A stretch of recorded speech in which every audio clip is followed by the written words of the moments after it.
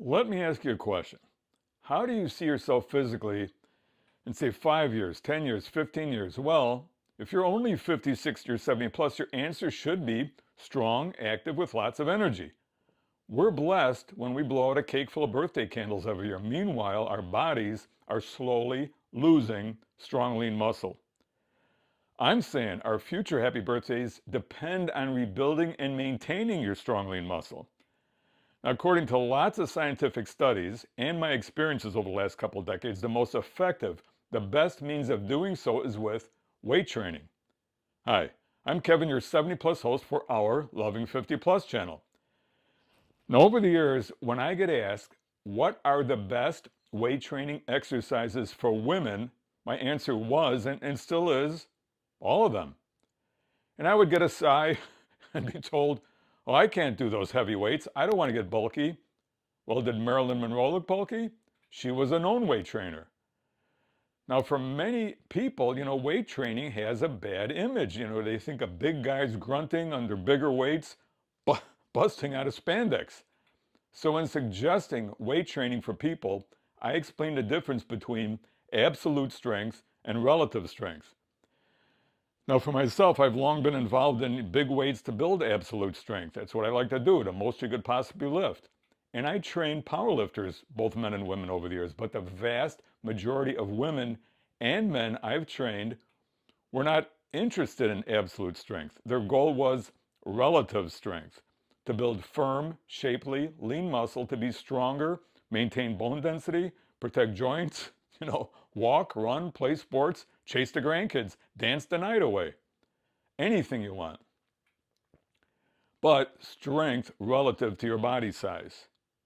Now, effective, proven weight training exercises include the long-time standards: squats, leg presses, chest presses, back pull-downs, rows, shoulder presses.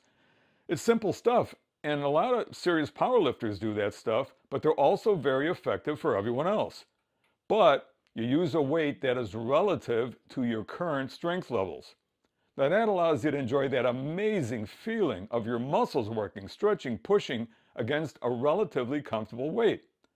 One that you could perform, they always say like 12 to 15 repetitions, with the final few taking a bit of effort. It's so satisfying. Now, women I trained in their homes and work environments or senior centers, they became stronger with body weight and dumbbell exercises, say 2 to 3 days per week. We might meet once a week, and they had strengthening programs set up for the other 2 days. And they could start with, say body weight squats, and gradually, comfortably work up to squats with, 5 or 10 pound dumbbells. And women I trained at health clubs, they actually look forward to the weightlifting machines 2 to 3 days a week. And a few others felt so good strength training, they wanted to try the free weights. And you don't have to be a powerlifter to get lots of benefits from free weights. Some started with just the weight of the bar, while they gradually strengthened, their stabilizer muscles. And they didn't have to clank on a couple of 45s to pound plates to show off, unless they wanted to. A 5-pounder or a 10-pounder on each side of the bar could do the job, strengthening muscles, joints, and bones. Now, the actual weight used is all, as we said, relative to your current ability and your goals. We just have to take into account, aches, pains, you got previous injuries and, current medical conditions. That's why you check with your doctor before starting any exercise program.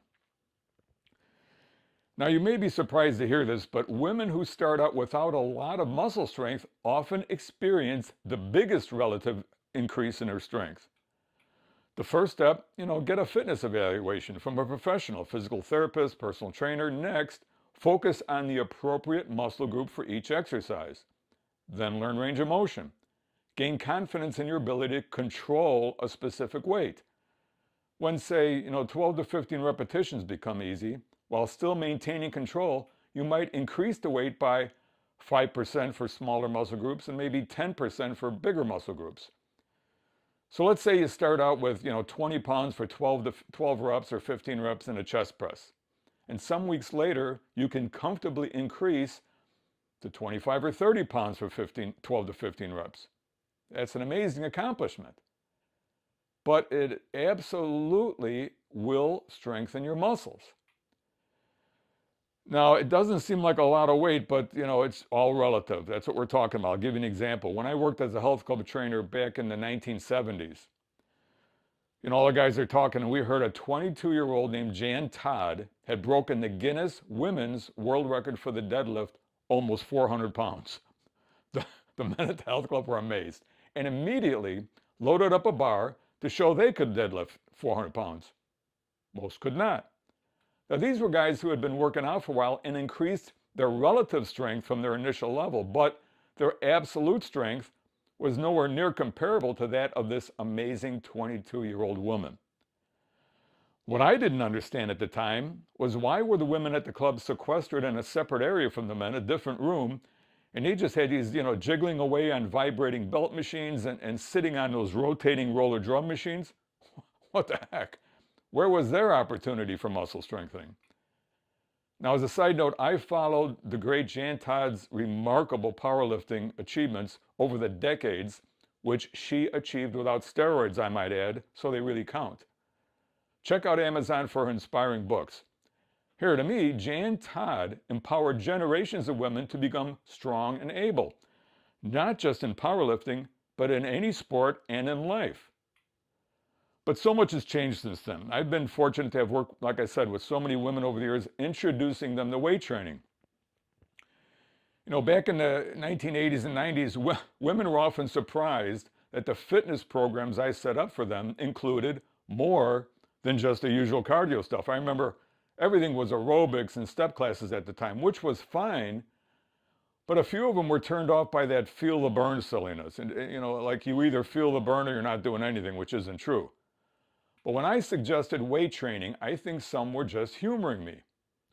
Okay, let's get this weight training for a bit. But so many women came to enjoy more than the results.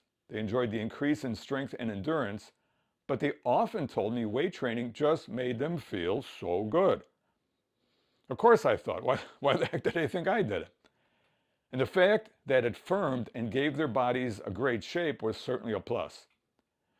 Now there's numerous studies underscoring not just the efficacy of weight training for women, but that both women and men benefit tremendously in both their physical and mental health. The bottom line is, who the heck wants to live weak? You'd miss so much fun stuff, as well as increased health. Who the heck wants their body to feel progressively mushier? Not us.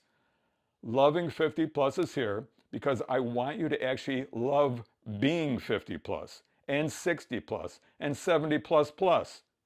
Strong and fit and energetic to do anything you want during the year.